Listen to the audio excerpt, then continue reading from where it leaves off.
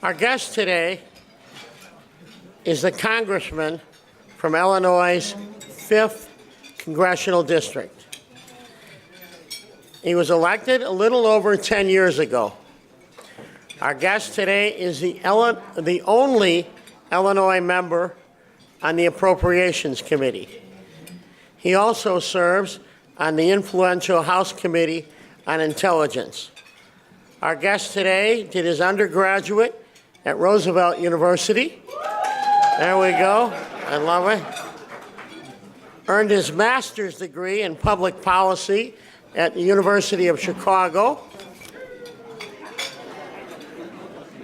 And let's hear this one. And graduated from Loyola University School of Law. There we go. All right, there we go. He and his wife, Barbara, live in Chicago's Lakeview neighborhood.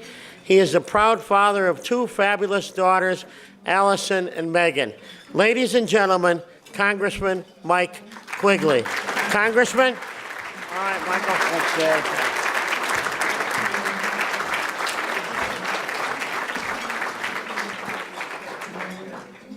Thank you, my friends. It's great to be back.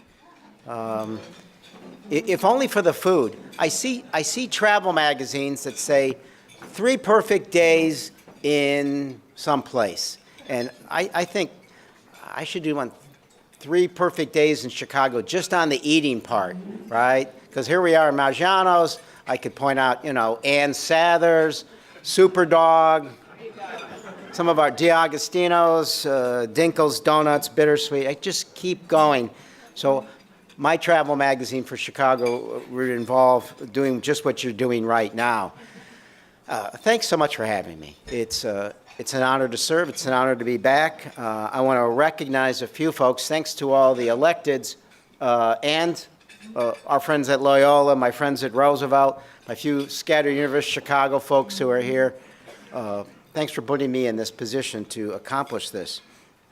I need to recognize, apparently none of my offices are open because they're all here.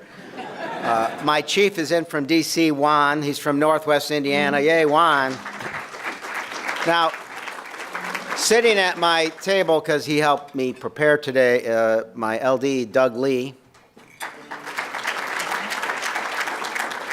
Victoria, Erica, Jenny, Jessica, you know what I'm talking about, Adam. They're all here too. They're all awesome. Thank you so much. No matter what else I do, if I don't do service as well, I don't deserve to be here. On the unofficial side, thanks to Erica Kelly and the great folks at New Chicago, Tom Bowen and Christina Nowinski-Wurst. Yay! A couple thoughts before I began. I know there'll be questions. I had 2 questions before we started. One was, do we want to bring back congressional jail?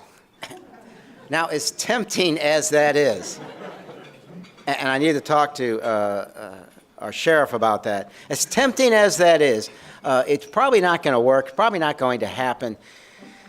So I was thinking of worse punishments for congressional contempt. Conceivably a 12-hour congressional committee markup.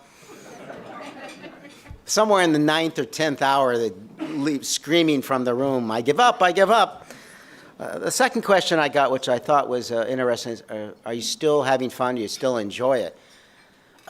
Not in the, President Obama era type fun that we all imagine.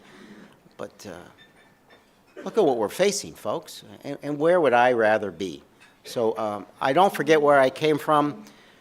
And my roots came from, I see our mayoral friends and aldermanic friends working for Bernie Hansen and understanding that policy only matters when it works from the street up. So my county commissioner friends who are here, like Larry, that's where I'm rooted and that's where we remain. So important stuff. I thought at the top, and I was thinking about just reading from the Mueller report for 2 hours, but there's so many blank pages. I had to get the shot in, folks. That is an actual redacted page from the Mueller investigation, but I'll just read one small part. The Russians interfered in the 2016 presidential election in a sweeping and systematic fashion. Now, let's remember, the Trump campaign welcomed them. Nobody called the FBI. They all lied about it.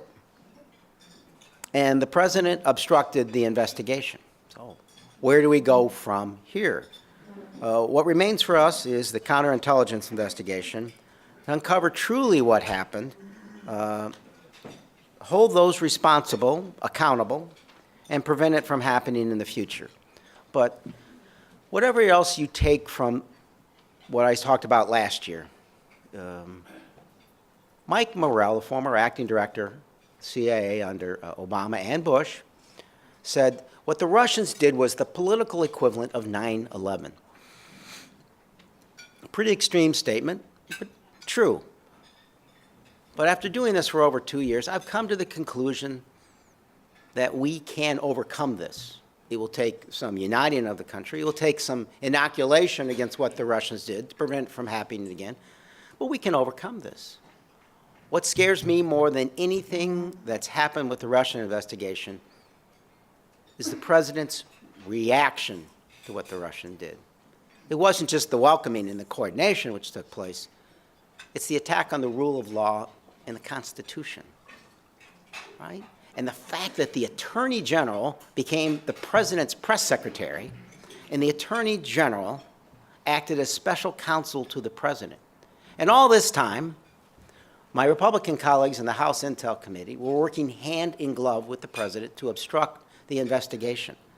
The attacks on the integrity of the entire intelligence community and the Justice Department, their independence, their ability to keep us safe. That's what we'll be struggling with for the rest of our lives. But it is not why we're here today. I've been on Intel now. This is my third term. And I've discovered when I come back, it's usually in sounding the alarm, warning. And I think I'm going to stop getting invited just because people want to sleep at night. Welcome to my world. No, today I want to take an opportunity to talk about something else. It is, in my mind, the defining national security challenge that will shape the rest of this century, economically, militarily, ideologically, technologically. And no, despite the dominating headlines, folks, it's not Russia. The greatest existential threat to this country, to our American national security, is the astonishing economic growth and the rising global influence of China. Now, we know the story of China's meteoric rise in our lifetime, particularly on the world stage. Once an isolated, impoverished country, it is now the second biggest economy in the world and growing at an extraordinary rate. When I was in high school, 90% of the Chinese population lived at the extreme poverty level. Today, 2%. And they have a GDP per capita that has grown 24 times. But as China has grown, so has its regional and global ambitions. The question we have to ask ourselves is, how will China use this growing influence to reshape the rules, the institutions of the entire international system? And I want to focus today just on a few of the specific national security challenges, because we could be here all day and I couldn't touch on all of them. But I'll touch on what I believe are the critical ones. First, 5G. I saw a billboard coming in, first to 5G, and they're talking about an American company, a dream, to say the least. China has a strategy to dominate the key technological sectors of the future through its Made in China 2025 initiative. Most pressing is China's ambition to control global communication networks through its next generation 5G telecom equipment. Belt and Road. We talk about an infrastructure project here in the United States, which we can't get going. China's doing it throughout the world. It seeks to extend its foreign influence and gain a strategic foothold in various regions through its massive Belt and Road infrastructure initiative. In addition, China is using this economic growth and wealth to become extremely powerful military.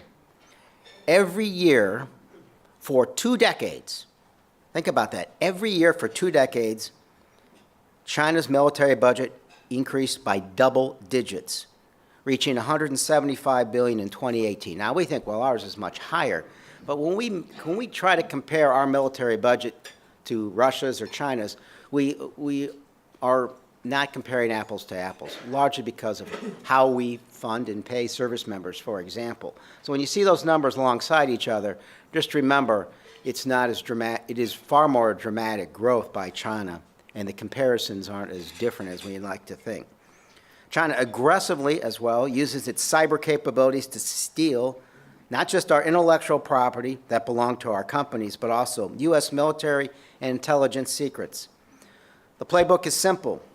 Rob American companies and universities of its intellectual property, replicate that technology, replace American companies in the Chinese market, and eventually in the rest of the world. Our FBI director put it simply: no country poses a broader, more severe intelligence collection threat than China. Now, for my friends from schools here, some of this expanded espionage appears focused on colleges and universities, with more than 100 universities in the U.S. now in direct partnership with the Chinese government. And much of the research that they're going after involves the military. So let's focus on a few of these in a little more depth. 5G. We all know what 4G meant. Now, folks say, well, I don't even know what 2G, 3G, 4G. 3G gave you texting, 4G gave you streaming movies. But think about that throughout the economy and what 4G meant. Think about how much our economy has grown and how much of our economy depends on those companies that are selling 4G products. 5G will be able to support lightning-fast connectivity for billions of newly connected devices. 5G is going to deliver speeds 100 times faster than 4G. 5G will support the Internet of Things, self-driving cars, smart city developments, emergency services, healthcare systems, energy, aviation, pharmaceuticals, and others. By 2024, 40% of the world's population, 22 billion devices, from cars to refrigerators to cell phones to traffic lights, will be connected to the 5G network. Someone said, well, they're not, chips aren't everywhere. We heard about companies doing security checks and finding out where chips are. They found out that their crock pot, I swear to God, their crock pot had a chip in it. Paranoia runs deep. This impressive innovation, because I want you to put these two together, the fact that 5G is extraordinary and that China will control it with the following. This impressive innovation does not come without risk. The arrival of 5G also means that the company or companies that control 5G will touch every aspect of your life. How many of you use the internet to protect your homes? How many of you use the internet to communicate through your cars? Right? Everything we're doing. But China, by far, is now best positioned to win the emerging global race to roll out 5G. Chinese telecom giants like Huawei and ZTE already own more than a third of the world's critical 5G patents, compared to 14% owned by U.S. firms like Qualcomm and Intel. Much of this is owed to the billions spent by Chinese firms on R&D. In 2017, Huawei spent $13 billion on R&D for 5G equipment. That was more than its chief rivals, Ericsson and Nokia, combined. Just 4 companies dominate the market for core network technologies that you're going to need for 5G. 2 of them are Chinese, and none of them are American. Our inability to present an American alternative to Huawei and ZTE not only hurts us at home, but limits our ability to share alternative options with allies and partners. Look, at stake is whether the world will adopt the Chinese model that harnesses 5G as a tool that outside experts assess can be used for espionage, economic theft, coercion, and authoritarian rule. or the U.S. and Western model of using 5G as a platform for prosperity, human development, and privacy protection. We also know that China's aggressive global campaign of cyber espionage makes it almost certain that it will exploit the opportunities it gains as it strives to become the dominant player in the 5G supply chain. Recent hacks sponsored by China make clear that anything that passes through Chinese technology could become intelligence for China. Huawei denies that it would spy for China. Chinese law obligates that they do just the opposite. Huawei has also been heavily subsidized by the Chinese government, and company's leadership is known to have connections to both the Chinese military and its intelligence service. Now, how does this work? An easy way to envision this advantage is to imagine that the person who built your house decides to rob it. They know the layout, the power system, the access points. They may have kept a key and perhaps even built a way to gain secret entry. Building and maintaining core 5G network equipment provides a similar advantage. Major telecom backbone equipment is usually directly connected to the manufacturer over a dedicated channel, reporting back on equipment status and receiving updates and software patches as needed. You've seen this happen, but usually it happens without the operator's knowledge. Equipment could be sold and installed in a perfectly secure condition, and a month later the manufacturer could send a software update to gain access that allows it to track users, collect private data, or worse, launch a cyber-critical attack. U.S. telecommunication providers, particularly larger carriers such as AT&T and Verizon, they lack the U.S. equipment suppliers and rely on global supply chains that Chinese firms and manufacturers dominate. Although they do not source from Huawei and ZTE, our providers rely on other foreign 5G network systems that do rely on China. In February of 2018, the FBI director reiterated longstanding concerns about the United States' use of products from Huawei, stating, "We're deeply concerned about the risk of allowing any company or entity that is beholden to foreign governments that don't share our values to gain positions of power inside our telecommunication network." Now, the U.S. government's response so far has been to ban government agencies and contractors, including the military, from using Huawei and ZTE technology. Japan, Australia, New Zealand have all banned Huawei from building their 5G infrastructure. At least 11 European governments are currently considering similar boycotts.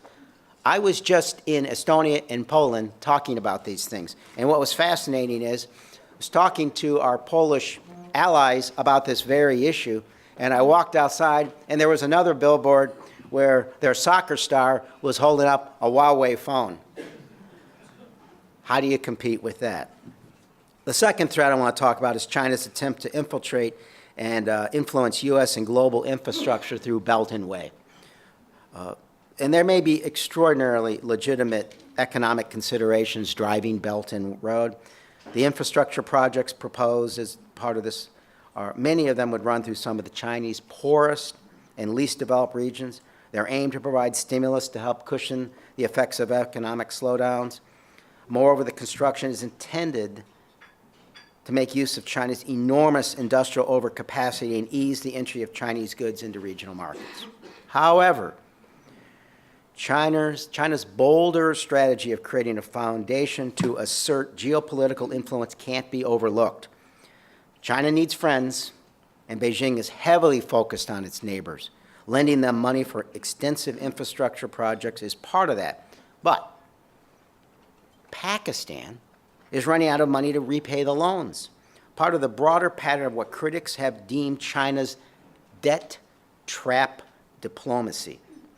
China has been enthusiastic about conducting business in politically volatile countries, lending heavily to Venezuela, Cambodia, Zimbabwe. But these countries are being saddled with large amounts of debt, sometimes resulting in the country's governments defaulting, leaving them vulnerable to China's influence and ceding possession of the developed projects to China. And the U.S. is not immune from this. One of the largest capital expenditures that transit agencies tend to need to make is rolling stock. the physical cars you've all been on a daily basis that we ride each day. Only a few companies compete in this space.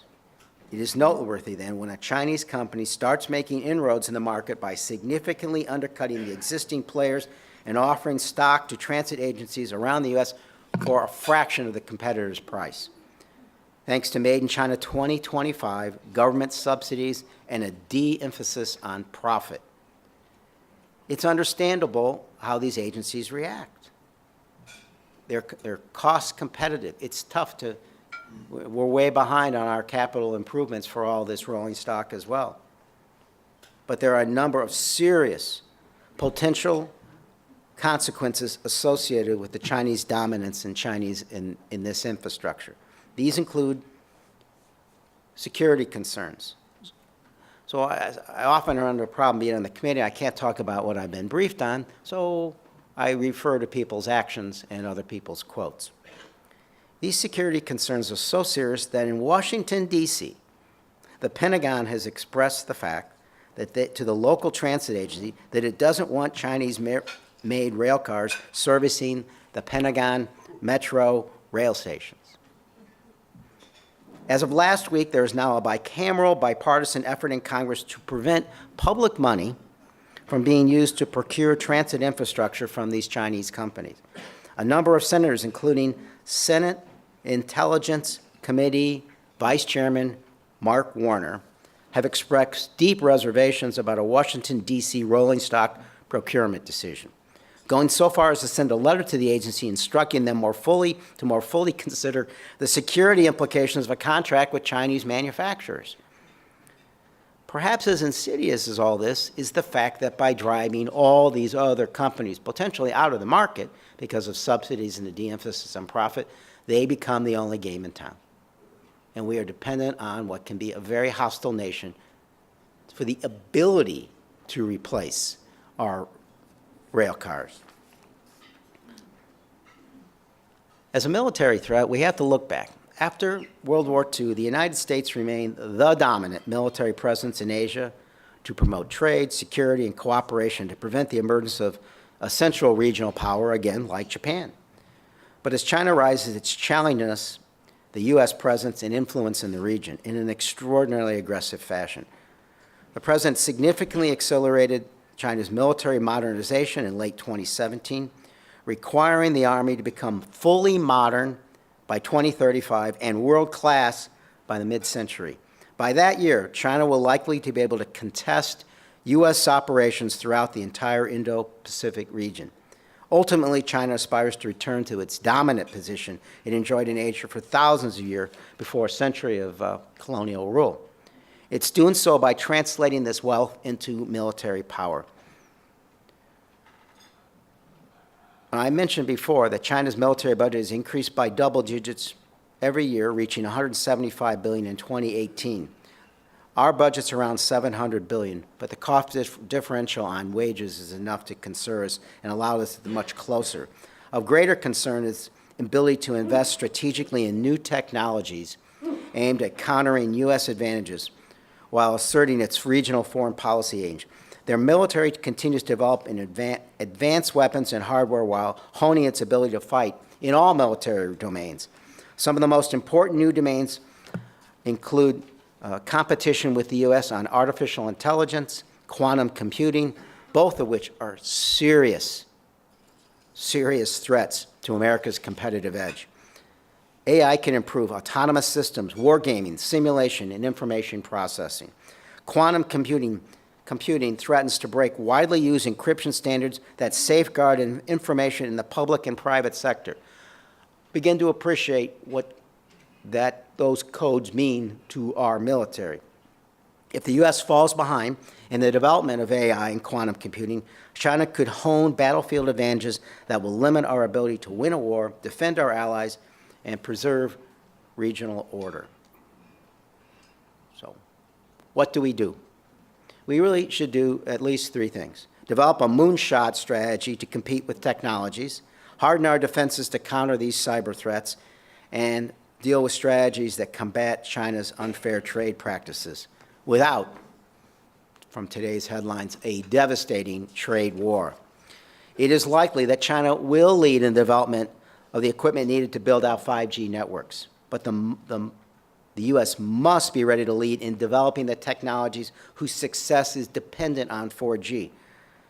4G, which made its commercial debut in 2011, made smartphones, mobile apps more appealing, more possible, apps to reach critical mass before competitors from other countries giving us an edge. This will require, as I said, a moonshot public investment in national R&D.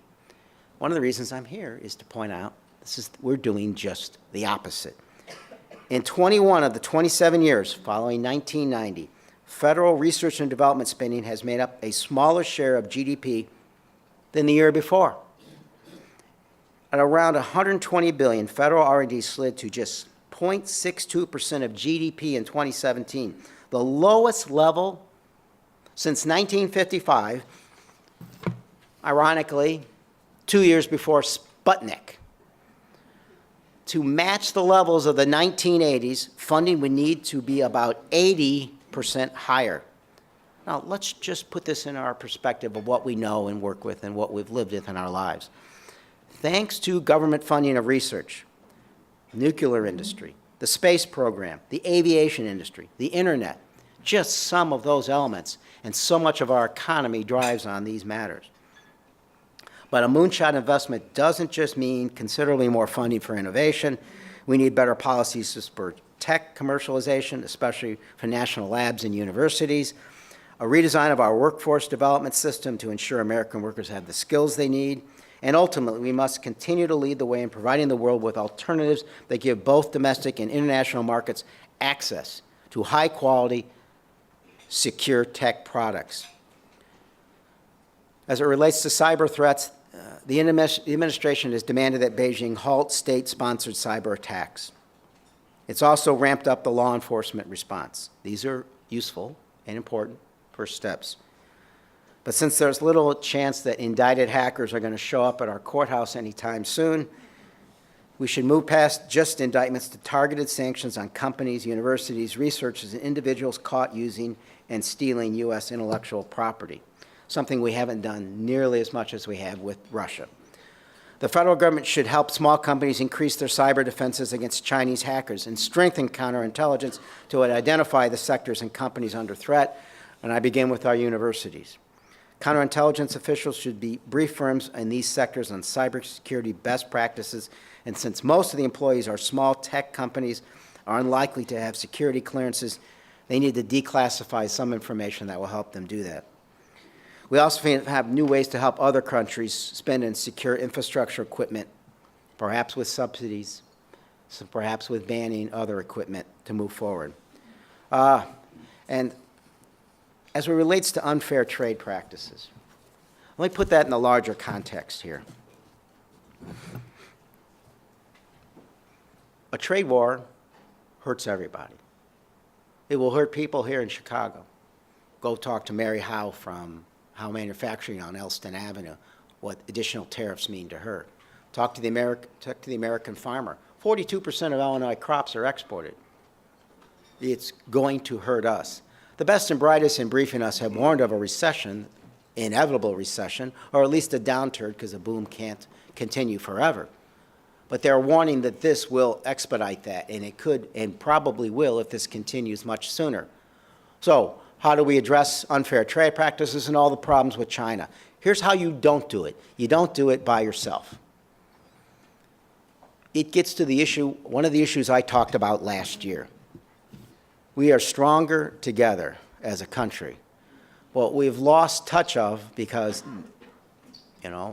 America First notions is this isolationist policy that is working on a military basis and an economic basis. The two work hand in hand. The two are intertwined. We are less safe by isolating ourselves. We missed the chance at a Pacific Rim trade deal. When I was in Cambodia, in Thailand, in Vietnam, in South Korea, they were begging us to do a trade deal because they wanted someone to compete with China, because they knew what we know now. China's growth will spur their military growth, which threatens their independence. They don't want an isolated dominant force being their only choice. So when we isolate ourselves economically, we isolate ourselves militarily, when we pull out of trade deals, when we go to war on trade deals with our allies, when Canada is mad at us about trade, how many people here think that our NATO allies trust us on anything now? That we would be there in Article 5 issue? Last year I quoted FDR in his last inaugural. You think about everything this country went through and what Churchill and FDR did to rally people past the isolationist policies that if had they succeeded, the Nazis would have certainly won. So in his shortest inaugural, near death, he said something we all need to remember today when we counter any of these threats. He quoted Emerson by saying, in the final analysis, it's as simple as appreciating that to have a friend, you need to be one. Who are we a friend to today? That has to change, because if we're going to counter these threats, we have to do it together. We have to find room to work with these countries, to work on all the pressing issues that matter to all of us. Thank you so much for having me. God bless.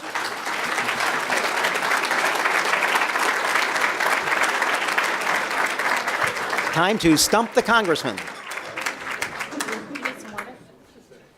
Can you hand me his water, Jay? His water. Okay. So when I left the movie AI, I just went home and read a book. I was like, I can't do all this intelligence. It was just too much. Today, I think I'm going to go back to my office and just read a book. I don't know. Thank you, Congressman, for all of this. We've got some questions. Lots of them. Anybody else have questions? Get them up here now. If not, we're going to go with these. All right, we're going. This is actually, I don't know who asked this question, but I'm just going to say it. You've already answered it mostly. How much of China's advancement is being funded by interest paid by the U.S. on money borrowed? Oh, well, sure. The bulk of our debts, because we fought wars, when we entered a war in World War II and raised taxes.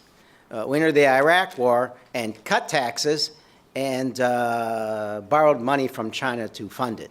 So we are in debt, and we have funded China's capacity to outdo us in the new competitive Cold War. Bird Hoffman? You wait here. You laugh because you must have. No, he's right there. Okay. So I'm assuming that you're going to know what this question says. It says, how do we get past the dreaded T word to pay for all the technology investment we need? T? Yeah, I think it's. Oh, taxes. I thought it was Trump. Oh. Oh, you all heard that?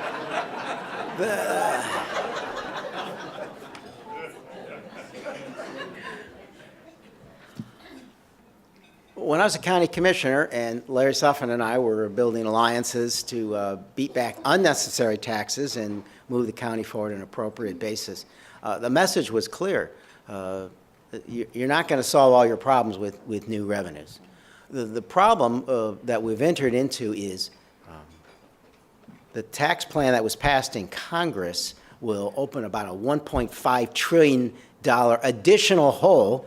And I see the former head of the Federal Reserve here in Chicago shaking his head, yes, a $1.5 trillion hole in the debt and the deficit.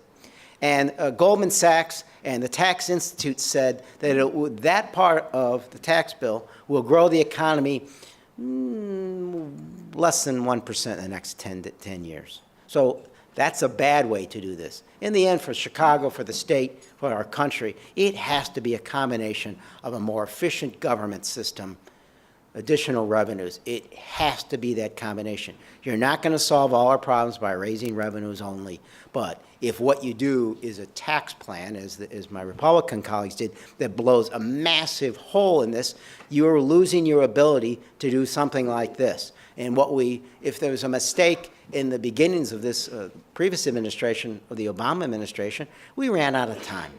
But the focus had we had a second term, would have been a massive infrastructure program to grow the economy for all time. You know, this country used to, on infrastructure, dream big and build bigger. And even the core aspects of what FDR did in the New Deal, we're still enjoying the benefits of those. They're still important to our economy, something we need to keep in mind. Thank you, sir. Jack Hartman, are you here? Oh, here he is. Have you thought about increasing cyber funding with a capital bill? We're thinking of in a cyber bill, in an infrastructure bill, we're thinking about cyber being a big component of that. And obviously, it has to come with additional protections, but, you know, having internet capabilities throughout the entire country is extremely important. So infrastructure can't just be roads and bridges, although for those of you who take Metro, the fact that the switching out there was put in during the Hoover administration might give you pause. And the bridge that they go over is one of the worst in Illinois, and we've had a bridge right here, right over Lakeshore Drive, which obviously needs repairs. So, but we can't just think about it that way, right? We got to rebuild the blue line. And I know the current mayor wants to build a Star Trekian path to O'Hare. Great if they can do it, but you know, I want to rebuild the blue line in a technology that might work in my lifetime. Star Trekian, I like that. Warren Merrick, are you here?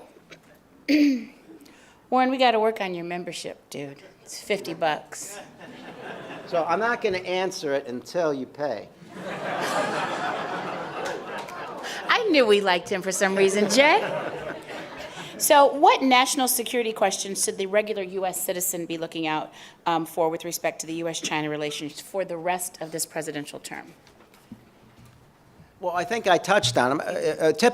But I'm sitting here in Chicago. The only thing I would add to answer your question about security issues is this country has amnesia about 9/11, right? We need to dramatically increase homeland security grants and protect and harden our infrastructure, right? We need COP grants for additional providers, first responders, but we need to protect our critical infrastructure, and we're not there yet.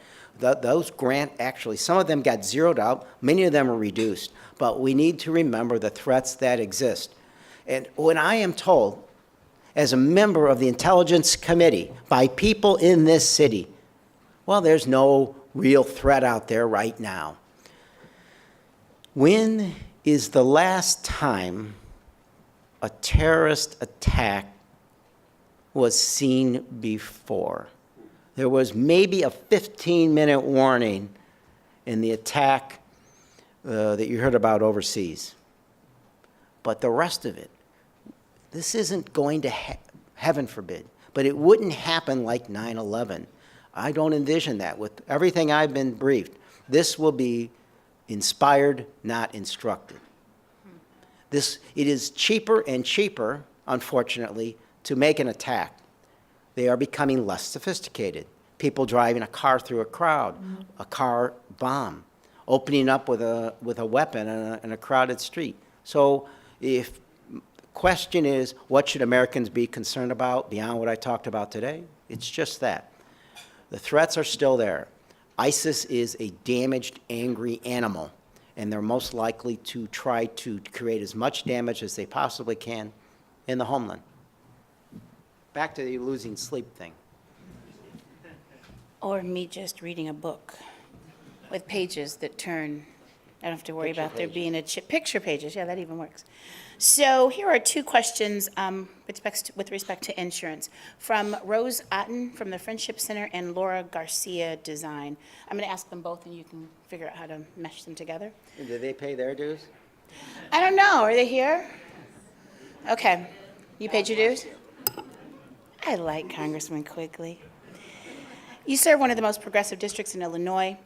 At a time when many Democrats are signing on to H.R. 676, supporting for universal single-payer health care, will you join the movement to provide comprehensive coverage for all citizens? First part of the question. Okay.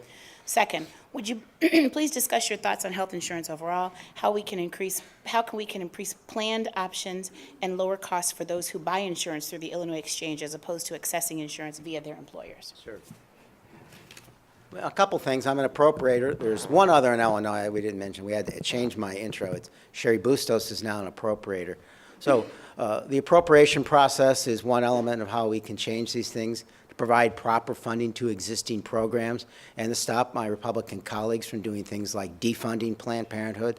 So winning back the House helps stop them from trying to eliminate the health care law and to stop defunding Planned Parenthood. So that was the first critical element.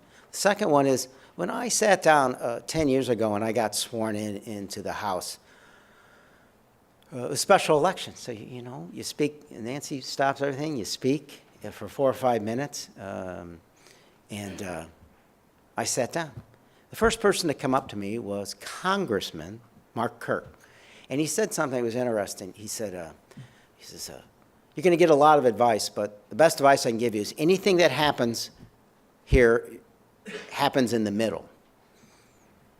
So it's interesting. My first term, there were 54 center-right Republicans, about 50 center-left Democrats. There's probably 100 now. And people really didn't like a lot of the blue dogs, and they didn't like some of the centrist Democrats because they weren't for single payer, right? But because those districts were won, we had control of the House, the Senate, and the White House, unlike now, and we passed the health care law, right? And back then, my office was picketed by the far right and folks on the left who were mad that I wasn't for single payer, and they were mad that I was for the health care law. Somehow something got done. And as a result of that, women now don't pay more just because they're women for health care. And pre-existing conditions weren't a death sentence. And there are no longer lifetime caps. And my daughters could stay on my health care benefits till they were 23. And millions more Americans got preventative care and health care as a whole. So what Obama said at the time was right.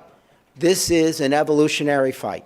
And I'm for dramatically moving us along those lines, recognizing that right now, in 2019, my best shot is to prevent this president from doing something even worse, and to winning back the Senate and winning back the White House and moving forward on all those things. But we won back the House in the middle. I know who you're hearing from on social media, but there are a lot of talented centrist Democrats who got elected that way because they didn't win in far left districts. They won in centrist districts. They won the House back because they were winning back Republican districts. So some of us have to be practical to get dramatic things done. That seems inconsistent today.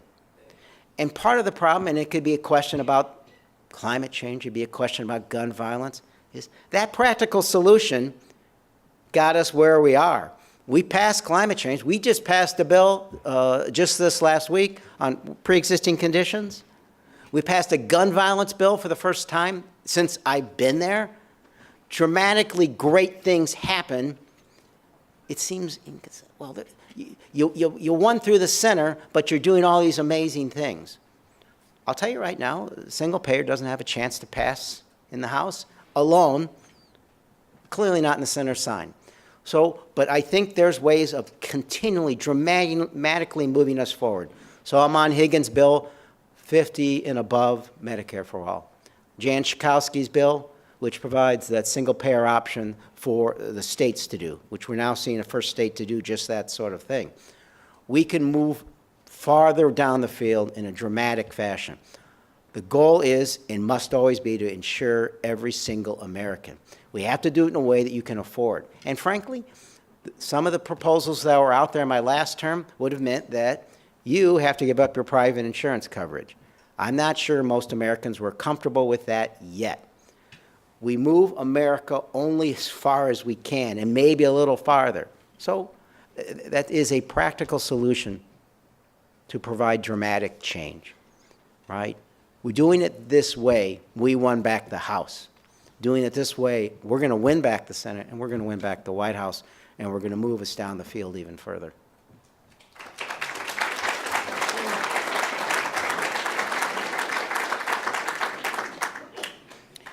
So Charlotte Newfield, are you here? No? I know Charlotte really well. Oh, then I have to ask her a question, because Yeah, usually if they're not here, I usually blow the sure. question off.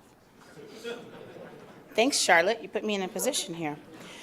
She's from the Jarvis Bird Sanctuary, and we were talking about environmental stuff. What is your plan and direction to save our environment, specifically Lake Michigan? That show might take a minute. Charlotte and I were, she was the president, I was vice president of No Lights in Wrigley Field. And yes, I am aware that there are lights in Wrigley Field, thank you. Look, if I wanted to win all the battles, I wouldn't be a Cub fan, a Democrat. But Charlotte now does great work by the by the totem pole near Addison, the bird sanctuary there. It's great stuff. So she's one of those people that, while maybe not everybody knows them, she spent a lifetime of advocacy.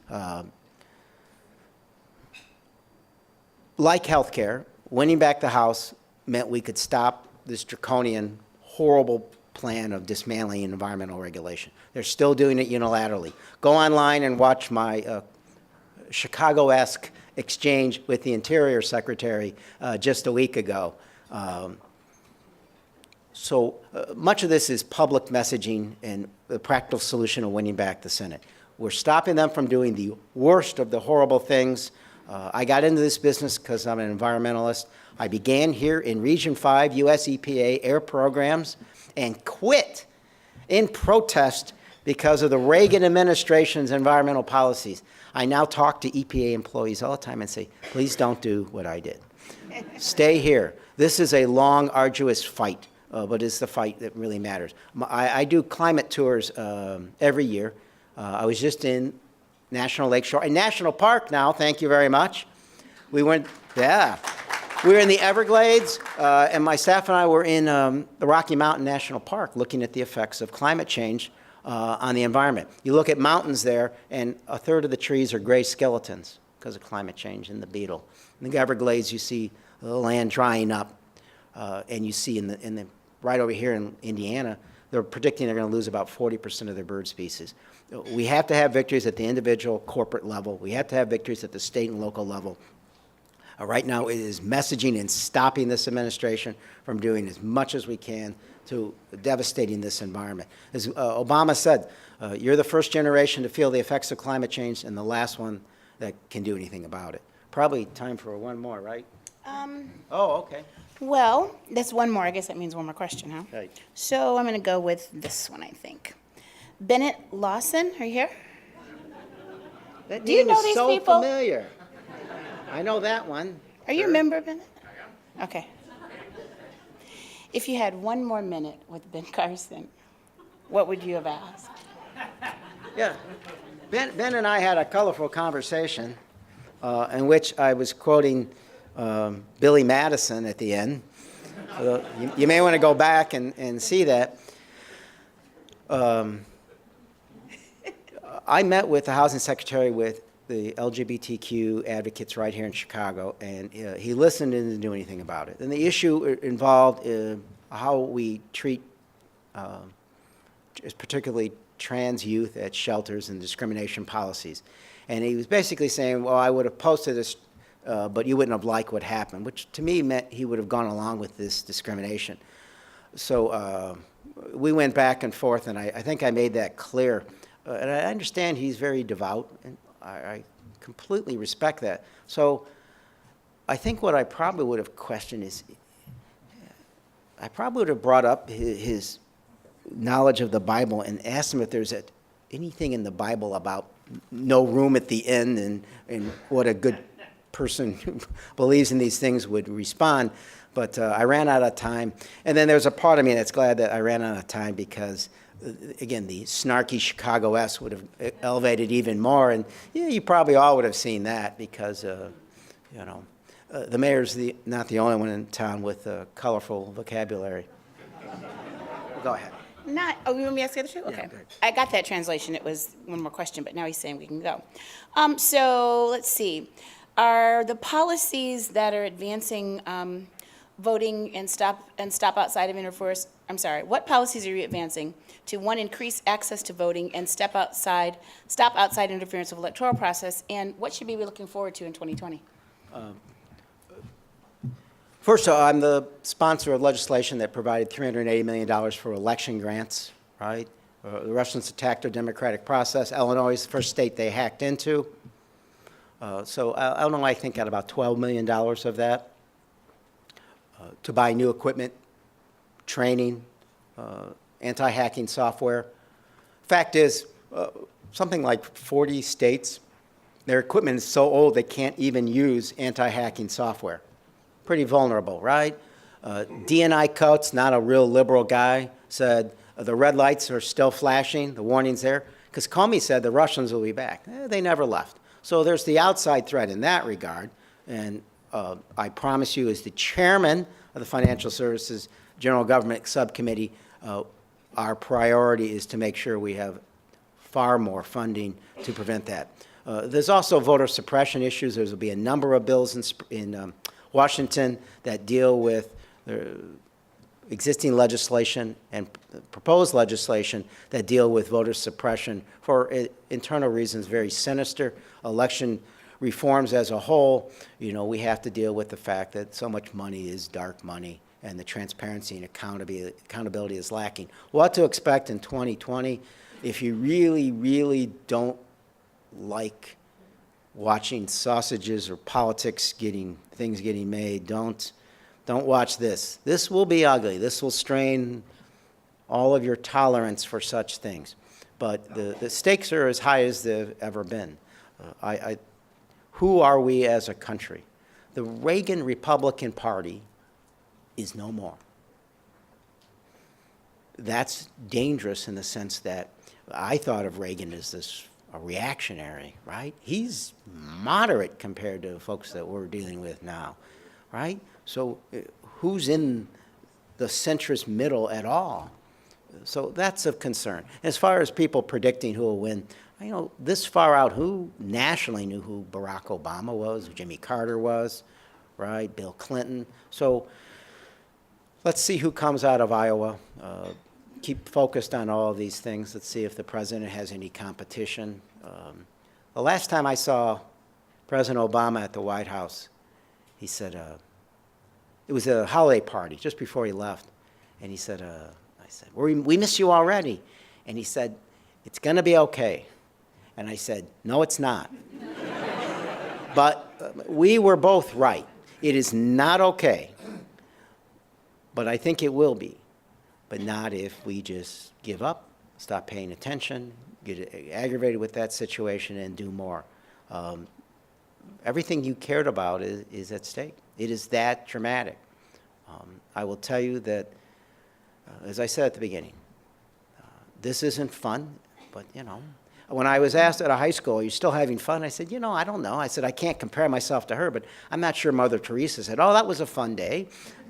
But what she was doing was really important, and I don't say, boy, that was a fun day, finding the housing secretary, the interior secretary, the president, trying to communicate this to the world on CNN and MSNBC in a manner that would, I'd like to think, change their way of viewing this and win that middle, because it is important to get all these things done. So I just want you to know I wouldn't be here without my help and support from all of you in home, and it means the world to me. And when those things are happening, I think of you. No, I can't listen to every single thought and say, well, that's exactly what I'm going to do. But collectively, I am Chicago, for better or worse. Thank you for that, and God bless. I'm not done yet. Oh.